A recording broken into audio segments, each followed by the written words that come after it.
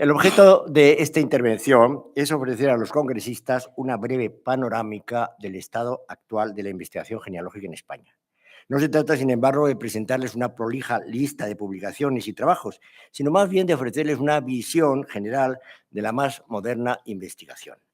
de los nuevos enfoques y de las preocupaciones e inquietudes de los actuales investigadores, y asimismo plantearles unas reflexiones sobre el estado de la cuestión, las materias soslayadas hasta el momento por la investigación y las posibles líneas de estudio a determinar en el futuro. Ya en otras ocasiones he dedicado algunas líneas a explicar la importancia del estudio de la genealogía para comprender mejor el contexto social de cada momento histórico. Esta afirmación, que es válida para cualquier época, es además fundamental para el estudio del antiguo régimen. Y yo siempre a mis alumnos en la facultad les digo que cuando los historiadores hablamos del antiguo régimen no hablamos de Franco, hablamos de antes de la Revolución Francesa.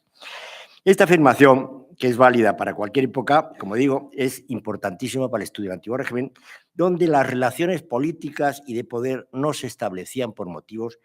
generalmente ideológicos o económicos, sino principalmente sobre la base de los vínculos de sangre. Por tanto, conocer esos vínculos va a ser fundamental para explicar muchas de las actuaciones de los políticos. Desde tiempos recientes, la superación de pasados prejuicios progresistas ha tendido a fomentar el estudio de la historia de una forma más integral, reconociendo la importancia política trascendental que ejercieron los linajes, especialmente durante la Edad Media, y sin cuyos conocimientos no cabría explicar muchos de sus principales acontecimientos. Quiero citar aquí unas frases del profesor Sánchez Saus, cuando afirmaba en uno de sus trabajos, haciendo referencia a los prejuicios de gran parte de la reciente historiografía al tratar de la ciencia genealógica. Abro comillas. La virulencia del prejuicio es tal que generaciones enteras de historiadores se han permitido el lujo de desconocer, o en el mejor de los casos infrautilizar, la obra rigurosa, exquisita y genial de don Luis de Salazar y Castro, hasta el punto de que su mención todavía hoy sigue siendo excepcional, que son sistemáticamente despreciados. Y ello informe en nombre del rigor científico y de la solvencia de las fuentes, ignorándose que colecciones diplomáticas enteras, hoy desaparecidas o de difícil acceso, fueron utilizadas, reseñadas y a veces transcritas con fines que pueden no coincidir con las del historiador de hoy, pero cuyo examen, al menos parcial, a través de memoriales y estudios genealógicos, sigue rindiendo claves importantes para el conocimiento de los grupos sociales tratados, particularmente los distintos estamentos nobiliarios. Fin de la cita. Afortunadamente, este prejuicio ideológico va siendo superado cada vez más y la dignificación del estudio de esta disciplina instrumental va siendo reconocida como fuente para la historia política, social y de las mentalidades. No obstante, estoy convencido de que no procede en este foco insistir más en explicar la importancia de los estudios genealógicos, puesto que parece lógico pensar que todos los presentes, precisamente por asistir a este congreso, estamos de acuerdo en su interés y necesidad.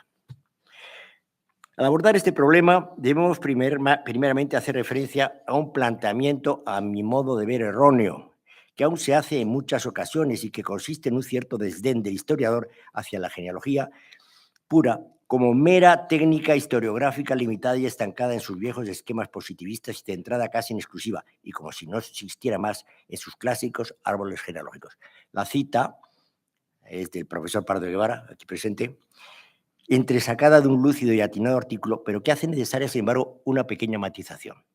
Creo que, sin dudar, por supuesto, de que la finalidad del historiador no puede limitarse en ningún caso a esta actividad reconstructora de filiaciones y parentescos. Recuerdo la frase de un genealogista mexicano, buen amigo mío, que al examinar una genealogía de estas características me la definió como una mera relación de partos.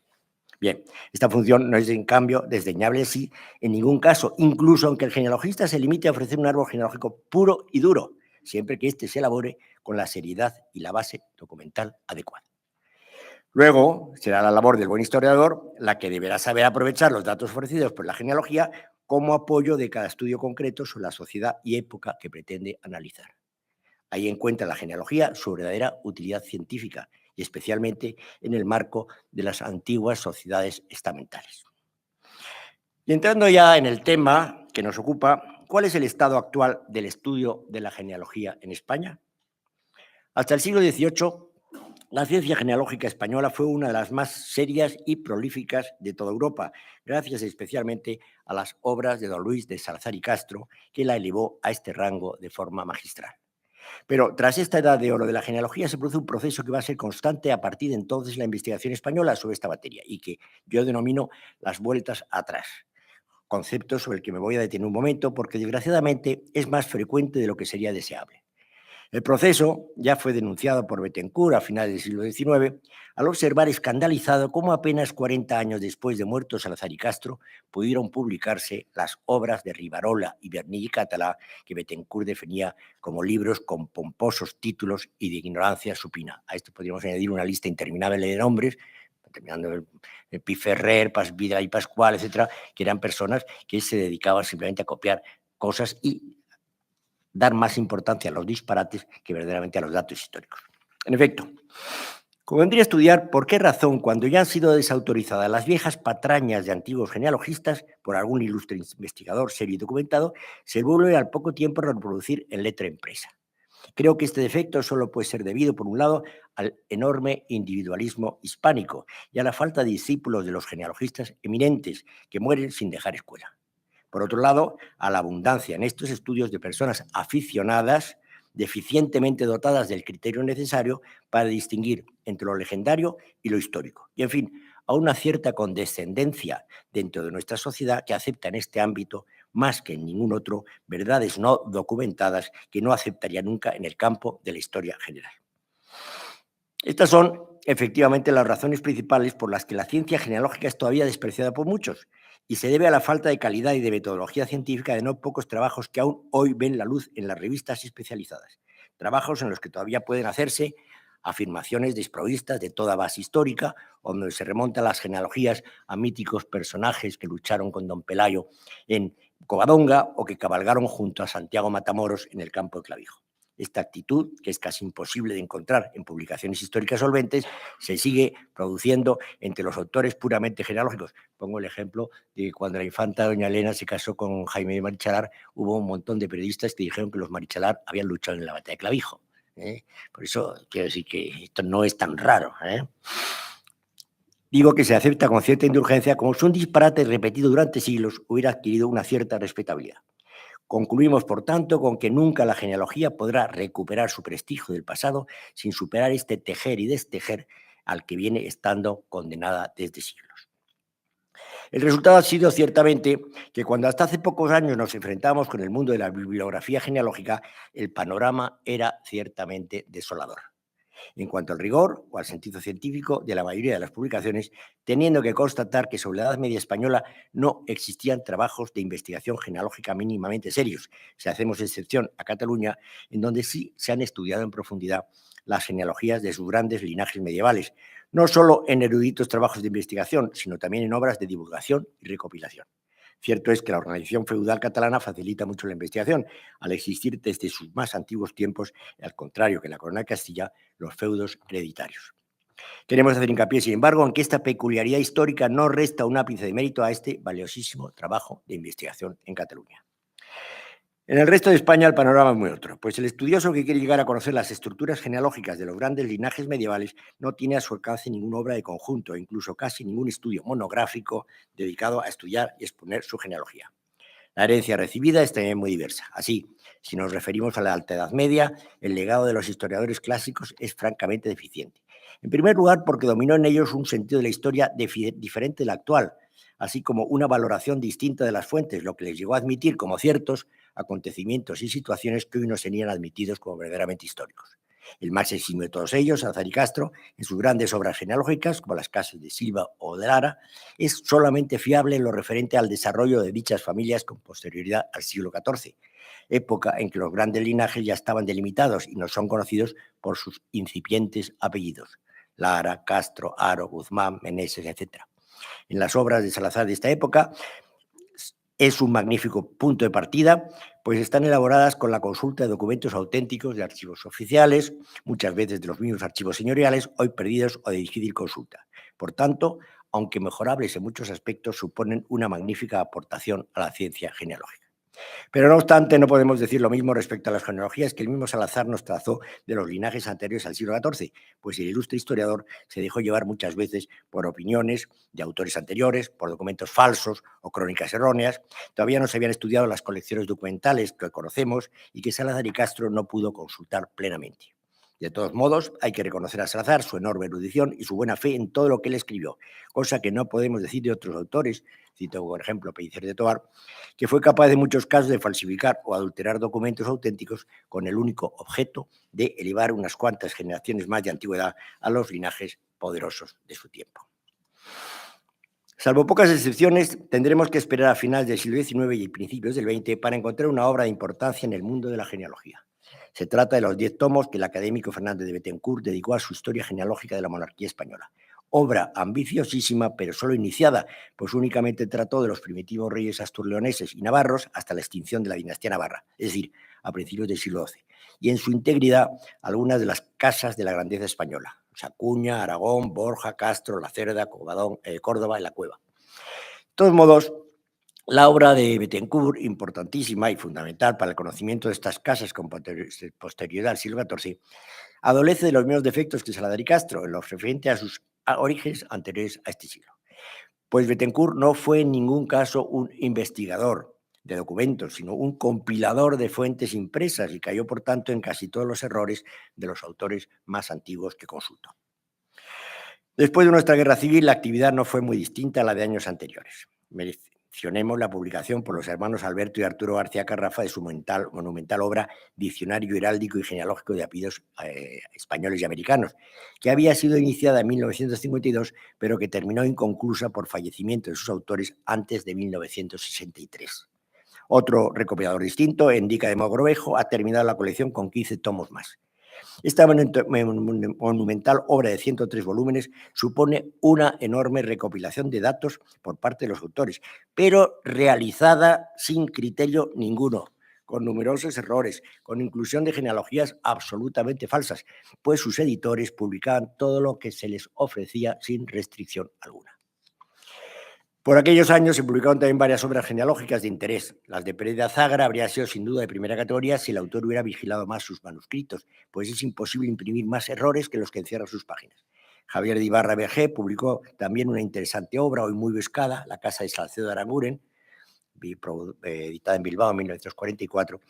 de la que hay que rechazar, sin embargo, muchas de las fuentes en las que se inspiró. Destaquemos también la del Barón de San Petrillo, Los Cruyes y sus alianzas, Valencia 1946, realizadas con un mayor sentido crítico. Hemos de hacer referencia a la importancia que tuvo para nuestros estudios la fundación en 1954 del Instituto Salazar y Castro, con la creación de la Escuela de Genealogía y la publicación de la revista Hidalguía. Todo este grupo de estudiosos, liderados por Vicente de Cadenas, ha venido desarrollando una labor ciertamente desigual en el plano científico, pero con un enorme dinamismo editorial. Cadenas ha conseguido mantener durante más de 70 años su revista, cosa jamás lograda hasta ahora, y ha llevado a cabo además la edición de una importantísima colección de publicaciones, principalmente con los extractos genealógicos de los expedientes de las órdenes militares, pleitos de hidalguía de varios siglos, etcétera, etcétera. Por todo ello, la bibliografía genealógica española en los últimos años se ha distinguido por una cierta proclividad a la publicación de catálogos de expedientes e índices de archivos, más no así, sin embargo, por el estudio completo y moderno de genealogías familiares, que es, sin la menor duda, el auténtico objetivo de nuestra ciencia. Incluso cuando se ha tratado de ofrecernos estos desarrollos genealógicos, se ha acudido al cómodo sistema de extractar expedientes de órdenes militares, pero sin completar sus datos con las sucesiones de los caballeros hasta la actualidad, que hubiera sido lo verdaderamente interesante. La obra de Jesús Larios Martín, nobiliario de Segovia, o la del Marqués de Dávila, nobiliario de Burgos y nobiliario de Soria, son muy ilustrativas a este respecto. Algo más completa es la de Fernández Prieto, nobleza de Zamora, pero sin que tampoco se haya avanzado mucho más allá. En los años 50 aparecieron 4 volúmenes de una armería y nobiliario de los reinos de España, editado por la editorial Leguía, en las que se publicó un gran número de trabajos breves de índole genealógica, muy desiguales, sin embargo, en su calidad científica. No vamos a mencionar tampoco, al mencionar al por menor, los trabajos aparecidos en la revista Hidalguía, también de muy variada calidad. Podemos destacar, sin embargo, como obras de cierta envergadura, el estudio de Ramón José Maldonado y Cocat, la Casa de Marque de Prado y sus entronques, y el de Faustino Méndez Pidal, Genealogía de los Navascués y sus enlaces.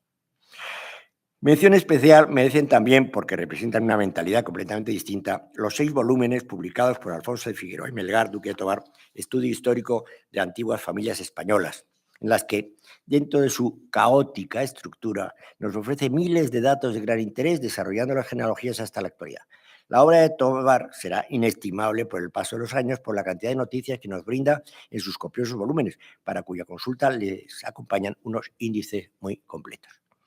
El tomo quinto de esta colección lo constituye la obra de Alfonso Quintano Ripollés, El linaje Quintano y sus enlazados, que es un trabajo de una gran calidad. Conviene también citar las obras del barón de Finestrat, nobiliario alicantino, los trabajos de Rafael Sánchez Saus, Linajes sevillanos medievales y Linajes medievales de Jerez de la Frontera, así como los que son, a mi juicio, las obras genealógicas más completas referidas a un linaje concreto. La de José Miguel de Mayoralgo con de los Acevedos, La Casa de Obando, Cáceres, 1991, y la mía, siento tenerme que citar, me van a usted a perdonar un poquito mi falta de modestia, Estudio histórico sobre una familia extremeña, los Sánchez Arjona, publicada en Ciudad Rodrigo, 2001. No se hace mención de otros muchos trabajos de estos y otros autores que haría la lista interminable. Sánchez de Albornoz, en sus Orígenes del Reino de Asturias, Emilio Sáez y Justiniano Rodríguez, en sus estudios sobre diversos reyes leoneses, Fray Justo Pérez de Urbel o el padre Gonzalo Martínez, en cuanto a la Casa Condal Castellana, han iniciado el camino para la realización de esta gran tarea que es absolutamente necesaria. El trabajo pionero y modélico de su género fue el de don Emilio Sáez, recuerdo a Eduardo Pardo y yo fuimos alumnos suyos, publicado en la revista España el año 1948, sobre la familia de San Rosendo. Se trata de un amplio estudio sobre los ascendientes de este santo gallego del siglo X, abad de Celanova y obispo de Mondoñedo. Profesor Sáez, apoyándose en el estudio de la documentación, hasta aquel momento inédita en su mayor parte, fue construyendo la genealogía de esta familia, que fue la más importante de la Galicia de sus tiempos, varias de cuyas mujeres fueron reinas de León y cuyos miembros constituyeron durante varias generaciones el apoyo más importante de la monarquía en aquellas tierras. Sáez demostró la posibilidad de elaborar una genealogía completísima y perfectamente documentada como insustituible apoyo al estudio de la historia política de aquel tiempo. En la actualidad, la época a la que nos referimos constituye el objeto continuo de atención de numerosos investigadores que estudian los linajes y sus estructuras genealógicas. No obstante, hemos de concluir con que, si se contempla la actual bibliografía, se sigue echando de menos una obra de conjunto, pese al considerable avance que ha supuesto la publicación en los últimos años de excelentes trabajos de investigación. Me van a permitir, otra vez, que me cite a mí mismo, porque hace un par de años la Real Academia de la Historia y el Boletín Oficial del Estado publicaron esta obra mía, que hoy tengo el gusto de ofrecer y regalar a la Real Maestranza, titulada Las dinastías reales de España en la Edad Media, en donde me propuse ofrecer al interesado un corpus genealógico que contuviera a todas las grandes familias de la Edad Media peninsular. En este primer volumen se exponen todas las dinastías soberanas peninsulares desde el siglo VIII hasta los reyes católicos, además de la monarquía astur-leonesa, de la Navarra y de la aragonesa, incluido las de los condados catalanes y los primitivos condados de Castilla, Aragón y Ribagorza. Me decidí a añadir también a la monarquía portuguesa, puesto que esta es una derivación de la vieja dinastía castellano-leonesa y hasta el siglo XVII estuvo íntimamente relacionada con los otros territorios peninsulares. Sin su presencia, en efecto, no se podría entender la historia dinástica del conjunto de los reinos de España durante la Edad Media. En esta obra he incluido, además de las descendencias legítimas de los soberanos, todas las ilegítimas conocidas hasta el siglo XV. Este trabajo, inexistente hasta la fecha, salvo de modo muy parcial, resulta fundamental como punto de partida, pues es importante tener una obra de referencia segura y evitar así que los actuales investigadores sigan acudiendo a fuentes más antiguas, hoy completamente desacreditadas, y repitiendo los mismos errores de quienes nos precedieron. Mi trabajo no pretende elaborar una historia dinástica de España, sino ofrecer un libro de consulta donde expongo y analizo los datos genealógicos siempre con el apoyo documental correspondiente. Quiero resaltar, por tanto, que el verdadero valor añadido de esta obra es precisamente el intentar esclarecer los siglos más oscuros, del 8 al 15, con el análisis de las filiaciones y parentescos, identificando en lo posible los orígenes familiares de las consortes y, cuando esto no es posible, ofreciendo al interesado las distintas alternativas sugeridas por los investigadores sobre su posible ascendencia y desechando radicalmente las opiniones disparatadas o sin base documental alguna.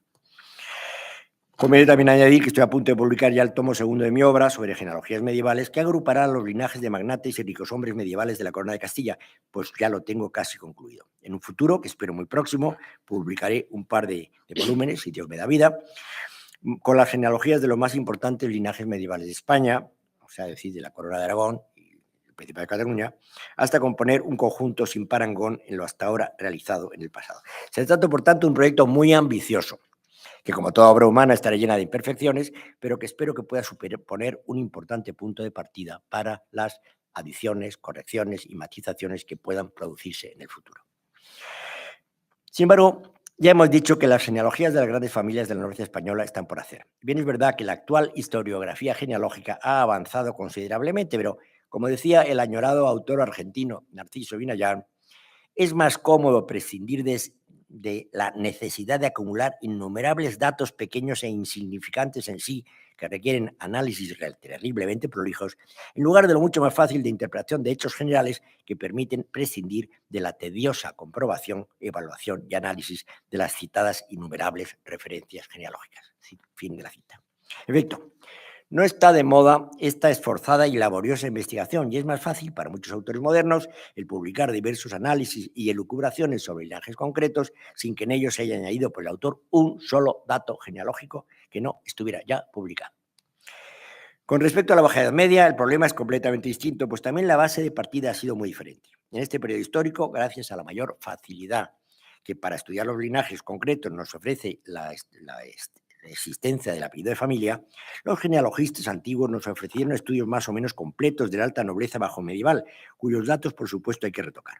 Pero por esta misma razón, la investigación actual se ha dirigido más bien a conocer otras facetas de su realidad, soslayando el profundizar en sus estructuras genealógicas, sobre las que no se han avanzado con parecida intensidad. Un trabajo ya clásico, como el de Salvador de Moxó, en el que se exponían los linajes de ricos hombres de los siglos XIII y XIV, adolece de la falta de una verdadera investigación genealógica por parte del autor, que lo formó sobre la base de lo ya expuesto por Salazar y Castro. Más aprovechables son los trabajos de Julio González, en los capítulos que dedica a la nobleza de sus grandes estudios sobre los reyes de los siglos XII y XIII, aunque existen errores e insuficiencias. Pero poco más se ha realizado en este campo, pues aunque existen muy buenas monografías sobre varios linajes, en las que se ha profundizado con el conocimiento especialmente de la formación de su patrimonio, poco se ha avanzado en la averiguación de sus orígenes o de sus estructuras de linaje, repitiendo en la mayoría de los casos a lo que ya nos dijeron sobre ellos los autores de los siglos XVII y XVIII. Eso sí, huyendo los autores actuales en la inmensa mayoría de los casos de exponer los datos genealógicos siguiendo la metodología utilizada tradicionalmente por esta ciencia, como si se tratara de forma primordial de no dar lugar a posibles equívocos. Es decir, como si nos estuvieran diciendo, no se confundan ustedes, yo no soy un genealogista, sino un historiador que está estudiando la historia de este linaje.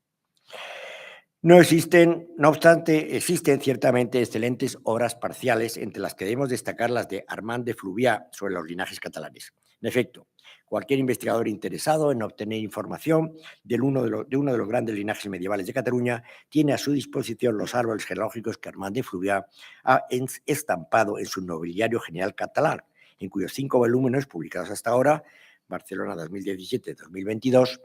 viene completando y mejorando lo que ya publicó en su día en la Gran Enciclopedia Catalana.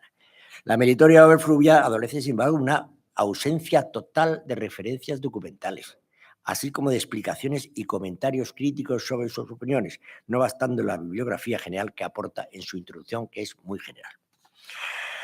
Contamos, sin embargo, con dos obras que pueden servir de modelo a los nuevos investigadores. Se trata de los trabajos de Pedro Moreno Meyerhoff, Historia de la Casa de Híjar, y el de Iñaki Garrido Guellovi sobre los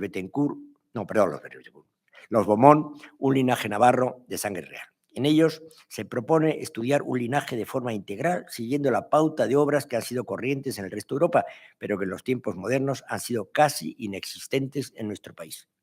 Destaquemos también algunos excelentes trabajos parciales de diversos autores como María del Carmen Carlé, Simon Barton, José María Canal Sánchez Pajín, Pascual Martínez Sopena, Margarita Torres Sevilla Quiñones de León y los distintos artículos que he venido publicando en los últimos años. Respecto a la Baja Edad Media, podemos citar también los importantes trabajos de Iván García Izquierdo sobre los Aza, José Luis López San Gil sobre los Traba, Eduardo Pardo de Guevara sobre los Castro, Inés Calderón Medina sobre los Soberosa, Antonio Sánchez de Mora sobre los Lara, Joaquín Ignacio Menco sobre los Mencos y Rafael Sánchez Saus sobre los linajes de Sevilla y Jerez.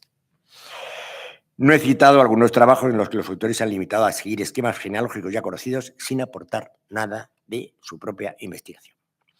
Y ya para comenzar la segunda parte de mi intervención, y visto el panorama de lo que encontramos realizado, conviene que hagamos un repaso sobre la ingente cantidad de lo que nos queda por hacer. En primer lugar, se echa de menos un mayor número de monografías sobre los grandes linajes castellanoleoneses, como ya he dicho antes, en los que los autores también se impliquen en las búsquedas genealógicas y no solo, como dicta la moda, en las relaciones de poder y en la formación de su riqueza patrimonial. Para cumplir con estos objetivos sería fundamental poder disfrutar de un trabajo exhaustivo de tipo prosopográfico, donde se recojan las listas con el estudio biográfico y genealógico de cada personaje, de los altos oficios de la antigua monarquía, es decir, mayordomos, alfredes cancilleres, adelantados, merinos, aposentadores, guardias mayores, etc. Aunque la publicación de mi tesis doctoral referida al ámbito doméstico y la realeza castellana supuso un primer paso para la superación de este problema, si esto concierne al mundo civil, otro tanto habremos de decir del religioso, aunque este campo sea también menos importante para la elaboración de genealogías, por ser mucho más abierto y democrático el origen genealógico de obispos y abades, y por dicho motivo sea mucho más difícil de investigar. Por último, sería también utilísimo el disponer de relaciones completas de los usufructarios en cada momento de las tenencias o gobiernos territoriales de cada reino. Disponemos de un amplio estudio de Agustín Ubieto sobre los de Aragón y Navarra, pero poco más. Creo que si en los próximos años pudiéramos disfrutar de estudios parecidos con respecto a todos los reinos españoles, el panorama de indigencia en que se encuentra la investigación española en este campo mejoraría radicalmente. Todo ello nos permitiría, en un breve plazo, ofrecerle al estudioso de esta época una base sólida para identificar a los personajes de cada momento y valorar su poder e influencia, además de poderlos situar en el tiempo y en el espacio. Sorprende a los extranjeros cuando quieren conocer la creación de un título nobiliario o su desarrollo genealógico hasta la actualidad, la inexistencia de una obra de referencia a la que acudir, pues no existe ninguna que ofrezca al interesado estos datos. Y se ha de acudir, por tanto, a las guías oficiales de títulos, inexactas, en muchos casos de datos históricos, o al no más exacto y popular elenco publicado por la Asociación de Hidalgos, en el que muchos de estos datos son proporcionados por los propios titulares, llenos de errores o exageraciones y alejados, por tanto, de la verdad histórica. Me cuesta cierta timidez citarme otra vez más como autor de 3 artículos que han expuesto con cierta solidez bibliográfica la creación de los títulos de las coronas de Castilla, Aragón y Navarra durante la Edad Media del siglo XVI. Pero en ellos no se incluyen las sucesiones de los poseedores hasta la actualidad, sino simplemente su primer titular. Los pueden ver ustedes en los anales de la Real Academia Matritense de Heráldica y Genealogía, números 11, 14 y 15, entre los años 2008 y 2013. Para las genealogías completas se puede acudir a diversos trabajos de distinta calidad. De Jorge Valverde Fraikin sobre los títulos andaluces, de Margarita Zavala Menéndez, de la historia de los títulos de Indias, en 3 volúmenes, de José Ignacio Conde Díaz Rubín y Javier Sánchez Ruiz, historia genealógica de los títulos y unidades nobiliarias de Nueva España y México, Julio Atienza y Adolfo Barré de Valenzuela, títulos nobiliarios de Almería, y José Alejandro Guzmán, títulos nobiliarios de Ecuador. Vuelvo a decir y repetir que de muy distinta calidad, algunos de ellos francamente malos. Naturalmente, todos estos trabajos se refieren a la memoria nobiliaria, es decir, soslayando aquello que pueda oscurecer el linaje, especialmente las filiaciones extramatrimoniales y especialmente los orígenes oscuros, es decir, aquellos linajes que provienen de familias conversas. En sentido contrario, citemos a estos efectos la obra de Enrique Soria Mesa, catedrático de la Universidad de Córdoba, La nobleza en la España moderna, que nos brinda una nueva e interesante visión sobre su realidad y su evolución en la Edad Moderna, en la que la tesis fundamental en el que el estamento nobiliario no fue en ningún caso estático, sino dinámico, y mucho más abierto a la incorporación de familias nuevas de lo que hasta la fecha se había venido defendiendo. Esta incorporación, subraya el autor, no alteró los fundamentos ideológicos del sistema, sino que sirvió para aumentar las bases sociológicas sobre las que descansaba la monarquía. Enrique Soria, contra lo que estamos acostumbrados en otros trabajos de estas características, se muestra un consumado conocedor de las fuentes genealógicas, ofreciendo multitud de ejemplos de cada proceso que describe. Ciertamente, Algunas de sus afirmaciones son matizables, porque son exageradas, pues se corre el riesgo de caer en generalizaciones excesivas. Y el autor podría haber incluido también algunos ejemplos de ascenso social derivado de conductas ejemplares, pero con todo, esta obra constituye uno de los mejores estudios escritos últimamente sobre el estamento nobiliario. Pese a todo lo dicho, en el campo de la genealogía española existe un inmenso trabajo a realizar. Hay, desde luego, infinidad de materiales publicados de muy desigual calidad y es necesario, por tanto, que mediante una labor de poda y con una mentalidad moderna y científica se pueda dar forma a este inmenso caudal acumulado. No es, por tanto, defendible que se sigan reeditando constantemente obras de muy dudoso valor, hoy completamente superadas, no solo por los avances de la historiografía, sino por los de nuestra propia mentalidad. Además de ello, hay que salir de la estrecha idea de que solo lo nobiliario tiene interés para los lectores. Pues vemos cómo en otros países se publican continuamente trabajos de investigación sobre familias de toda condición social. Es necesario, pues, adoptar una nueva mentalidad más abierta para profundizar en el conocimiento de familias que nos van a permitir conocer mejor nuestro pasado. Esta realidad y su posible remedio se enfrentan con varias características que nos dificultan su solución. Una de ellas es el tenaz individualismo hispánico, que nos impide alcanzar grandes metas en trabajos que por su magnitud sería necesario realizar de forma colectiva. Pensemos que la principal obra de recopilación de genealogías españolas, la considerable Enciclopedia de García Carrafa, que pese a su falta de rigor científico resulta un trabajo inmenso, fue realizada exclusivamente por dos hermanos. Pensemos igualmente en las genealogías catalanas que vienen siendo publicadas en la actualidad y que han visto ya la edición de 5 volúmenes, en un trabajo de un solo autor. Sorprende que recopilaciones de primera magnitud, como la del padre Anselme en Francia o la de Burks en el Reino Unido o Pompeolita en Italia, no hayan tenido su reflejo en nuestro país. Pensemos que la obra de Bethencourt sobre la monarquía española, esfuerzo considerable para ser realizado por una sola persona, concluyó con la muerte de su autor sin que hubiera continuadores que recogieran la antorcha de su legado. Tal vez la excepción sea el Nobiliario Canario, publicado en 4 tomos entre 1952 y 67, que nos ofrece una buena parte de la nobleza canaria, pero en efecto se trata de una obra de carácter regional, como el Nobiliario Navarro de Argamasilla de la Cerda, de calidad muy irregular. En España, todas las obras colectivas que se han venido planteando con la formación de un equipo de colaboradores han fracasado al final, la mayor parte por las disensiones entre los propios miembros y en alguna ocasión porque el trabajo recopilado ha terminado siendo publicado como obra individual a causa de su apropiación indebida por parte de uno de ellos. Pero también tenemos que resaltar algunas novedades francamente positivas en el que el más reciente mundo de la genealogía española, y este reside en que la genealogía, junto a la heráldica y el derecho nobiliario, ha irrumpido ya con fuerza en España en el ámbito universitario. Durante los últimos años se han venido celebrando diversos cursos de formación, especialmente en las universidades de verano, sobre temas de genealogía. Podemos citar entre ellos los organizados varios años por la Fundación Sánchez Arbonoz en Ávila, dentro del curso de formación de historiadores, los de la Universidad Complutense, celebrados en los cursos de verano de Ronda, sobre la nobleza de España, los de la Universidad de Málaga, también celebrados en Ronda, sobre el tema régimen nobiliario de España, linajes y armerías, o sobre los archivos familiares como fuente para la investigación histórica genealógica, o el de la Universidad de Cádiz con el título Jornadas Peninsulares en Heráldica y Genealogía. A estos efectos, la Universidad Nacional de Educación a Distancia, UNED, en convenio con la Real Academia Matritense de Heráldica y Genealogía, viene celebrando un máster, en los últimos 15 años, un máster en Derecho Nobiliario y Premial, Genealogía y Heráldica, dirigido a los poseedores de un título oficial universitario, licenciados, ingenieros y arquitectos, que consta de 2 cursos académicos completos, con una metodología propia de la UNED, o sea, es decir, basada en la enseñanza a distancia y que se efectúa a través de material didáctico impreso, tutorías personales, telefónicas, por carta, etc. A mitad de curso se organiza asimismo un seminario intensivo de carácter voluntario de 2 días de duración, orientado especialmente a la resolución de casos y cuestiones prácticas. El número de créditos del máster es de 50, de 500 horas lectivas, a razón de 25 créditos. La superación del curso en Derecho da derecho a la obtención del título Magíster Máster Universitario de Derecho Nobiliario y Premial Genealogía Heráldica.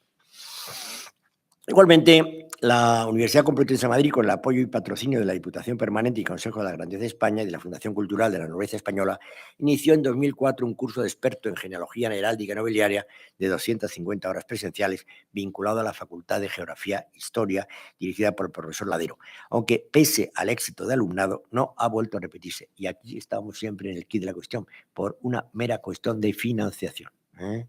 Si no hay dinero, decía Napoleón que hay 3 cosas para ganar las guerras: dinero, dinero y dinero. Pues para los cursos de este tipo pasa exactamente igual.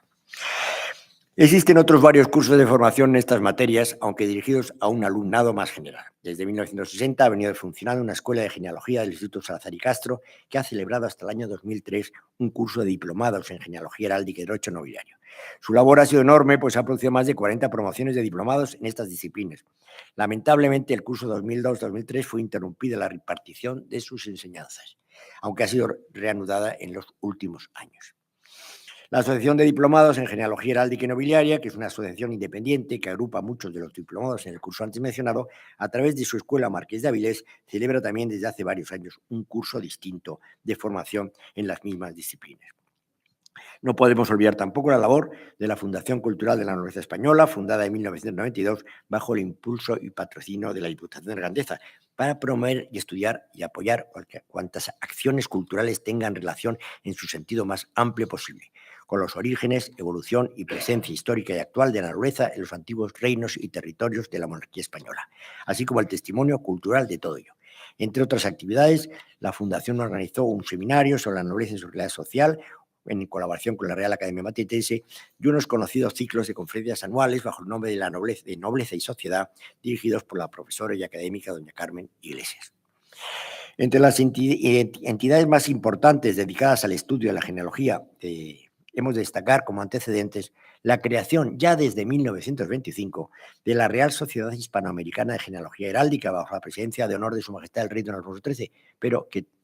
dejó de funcionar por razones obvias por la proclamación de la República. En nuestro país se forman continuamente entidades dedicadas al estudio de la genealogía, pero adolecen la mayoría de ellas del mismo problema. Empiezan con cierto dinamismo, con la edición incluso de alguna publicación, pero terminan pronto languideciendo por falta de financiación o por los conflictos entre los miembros fundacionales que se pueden producir. Luego, ya no existen más que de nombre sin que desarrollen ninguna actividad reseñable. Existen otras, naturalmente, que no tienen más función que la de servir de trampolín o de acompañamiento a algunos personajes pintorescos y en realidad solo perduran mientras su fundador, promotor, mantenedor así lo desea. No vamos a dar razón aquí ni de las unas ni de las otras. Por su seriedad científica y por su actividad, las más conocidas entidades españolas dedicadas a agrupar a quienes se dedican al estudio de la genealogía son las siguientes. El Instituto Salazar y Castro, que fue fundado a principios de 1956 como Corporación de Estudios Genealógicos, Heráldicos, Nobiliarios y Jurídicos y compuesto por 40 miembros, sin duda por entonces los más competentes en estas materias de la sociedad española. Comenzó con gran vitalidad y tuvo un gran influjo en el desenmascaramiento de las falsas órdenes y de la confusa mentalidad nobiliaria que por entonces campaban por sus respetos. Indudablemente ha sido el representante legal en los últimos 60 años de las inquietudes genealógicas españolas a través de la revista Hidalguía, con la que sin embargo no tiene ninguna vinculación jurídica. Su obra ha sido considerable al mantener en funcionamiento durante casi 45 años la Escuela de Genealogía, por lo que han pasado tantas generaciones de genealogistas españoles. Sin embargo, desde hace ya varios años el Instituto ha venido languideciendo. Vinculado en principio al Consejo Superior de Investigaciones Científicas, dentro del patronato Jerónimo Zurita, se suprimió dicha vinculación tras una reestructuración del Consejo. Sus relaciones internacionales, antes tan estrechas, han ido desapareciendo con los años y ciertamente no se ha renovado hasta muy recientemente su equipo rector, produciéndose un claro divorcio con la parte más activa y dinámica de la nueva generación de genealogistas. Su secretario general ha sido hasta su fallecimiento don Vicente de Cadenas. La Real Academia Matritense de Heráldica y Genealogía fue fundada en 1988, aunque encuentra su antecedente en la Asociación Española de Estudios Genealógicos y Heráldicos, constituida 4 años antes bajo la presidencia de don Dalmiro de la Válgoma, a la sazón secretario perpetuo de la Real Academia de la Historia. Tiene como objetivo la investigación histórica y la divulgación del saber científico en las materias que concluyen sus objetos, basando todo ello únicamente en criterios estrictamente científicos. Edita un volumen de anales publicados hasta el momento en número de 24, diversas monografías y un boletín divulgativo de periodicidad trimestral. Igualmente emite dictámenes sobre los distintos asuntos que se le solicitan tanto desde organismos públicos como privados y organiza y patrocina cursos de formación, ciclos de conferencias, etc. Desde 1994 es representante de España en la Confederación Internacional de Genealogía Heráldica y en su seno patrocina bienalmente el Premio Dalmiro de la Válgoma. Forma parte del Consejo Superior de Investigaciones Científicas como integrante de la Confederación Española de Centros de Estudios Locales, CECEL, y desde el 13 de febrero de 1996 es una de las academias asociadas al Instituto de España. Desde 1999, por decreto de 5 de febrero de la Comunidad de Madrid, es también corporación de derecho público y órgano consultivo de la comunidad en las materias propias de su especialidad. Integran la Real Academia 25 académicos de número, elegidos en votación secreta a propuesta de 3 de sus miembros, aunque existen además las categorías de académico de mérito, honorario y correspondientes. Su actual director es don Ernesto Fernández Sesta. La Sociedad Catalana de Genealogía, Heráldica, Sigilografía y Vexilología fue fundada en 1983 por el investigador barcelonés Armand de Fluvià. Tiene como objetivo los propios de una sociedad de estas características, exactamente lo mismo que hemos citado antes. Desde 1990 edita la revista Parache, que constituye una publicación de muy sólido nivel científico. Ha organizado desde su fundación un gran número de cursillos de formación en genealogía heráldica y forma parte de la Federación de Genealogía y Heráldica de los Países de Parla Catalana, con sede en Andorra. Existe también la Cátedra de Barón de Valdeolivos, de la Institución Fernando el Católico, pero que no es una asociación, sino una fundación pública de la Diputación Diputación Provincial de Zaragoza, creada hace más de 40 años, pero revitalizada en 1995, especialmente mediante la publicación de su excelente revista anual Emblemata y la organización de diversas jornadas y simposios, principalmente en 1999, el primer Congreso Internacional de Emblemática que reunió en Zaragoza a personalidades de toda Europa. Pero si es importante esta actividad en la península, no podemos ignorar la actividad de la investigación genealógica en Iberoamérica, donde existen numerosas entidades de gran antigüedad, destacando entre las más importantes las de Argentina, Chile, Perú, República Dominicana y México. En este ámbito iberoamericano es importante destacar un fenómeno interesantísimo en aras de coordinar esfuerzos e intercambiar información y experiencias en este campo de la investigación. Lo componen las reuniones americanas de genealogía. Estas reuniones se empezaron a celebrar hace ya más de 50 años con el propósito de servir de punto de encuentro entre todos los investigadores americanos en la búsqueda de sus orígenes comunes, ubicados en su inmensa mayoría en nuestra península. Pero lo que en sus inicios fue planificado con mucha humildad, de ahí la denominación de reunión, ha seguido aumentando en participación y en calidad de las aportaciones, desbordando los planteamientos originales. En la 11ª reunión, celebrada en Santiago de Compostela en 2002, que presidió don Eduardo Pardo de Vara, se adoptó el nombre de Congreso para añadir al de reunión y congregó a un gran número de estudiosos del mundo hispanoamericano y con nutrida participación española. La última de estas reuniones, la número 22, 12º Congreso, se ha celebrado por segunda vez en España, concretamente en Tenerife, el año 2021.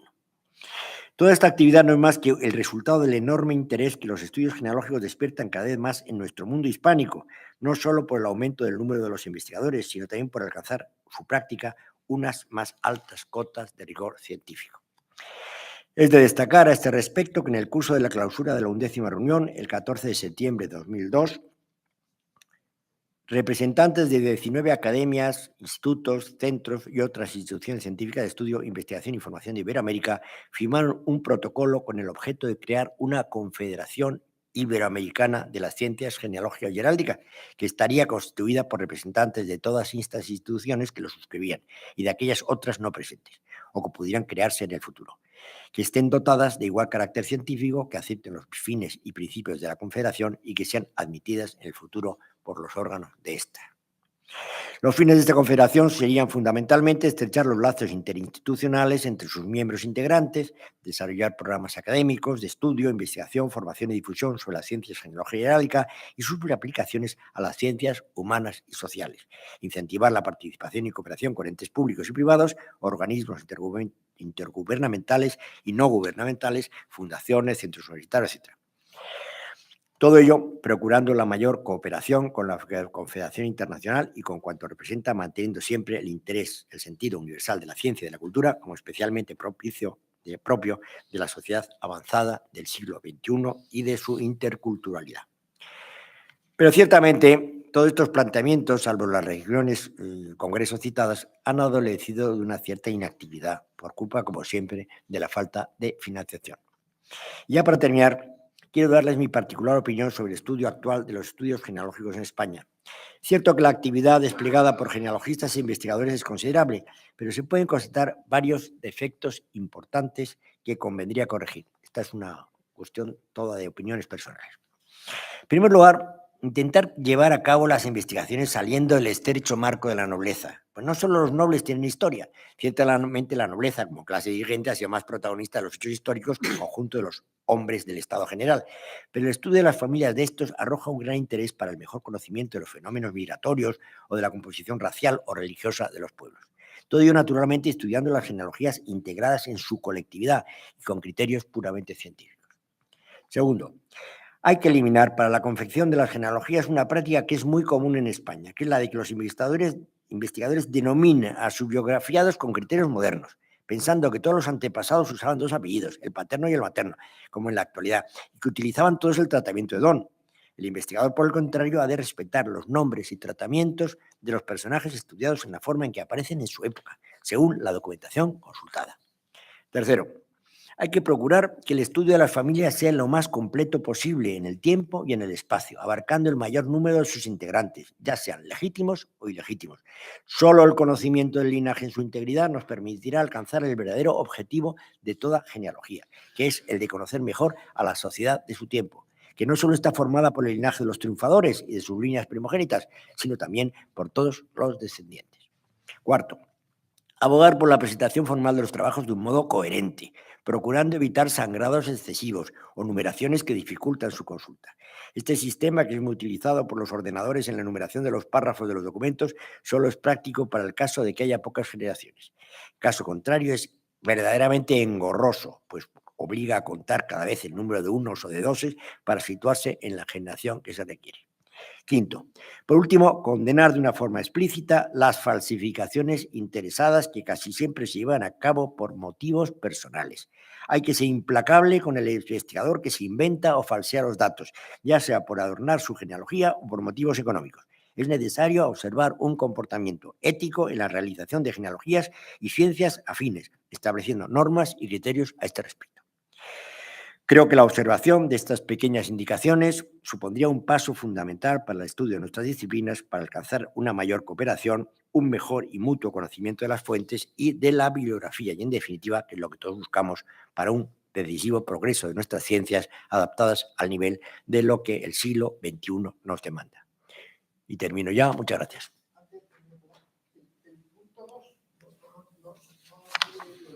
Bueno, repito el punto 2. Eliminar, entonces te puedo dar el texto luego ahí, pero te lo voy a repetir. Eliminar para la confección de las genealogías una práctica que es muy común en España, que es la de que los investigadores denominen a sus biografiados con criterios modernos, pensando que todos los antepasados, como hoy, usaban dos apellidos, el paterno y el materno, como en la actualidad, y que utilizaban todos el tratamiento de don, como hoy. En el momento en que la palabra don sirve para distinguir a los personajes, en el momento que ya viene impreso en el carnet de identidad, ahora ya la han quitado, pero hubo una época en que el don y el doña venían impresos ya en el documento de identidad, entonces todos los españoles sabemos don, entonces ¿para qué sirve el don? En Portugal, en cambio, mantienen otra relación más. Bueno, basta así con esto. Bueno, pues nada, que ya, muchas gracias. Ya me he terminado.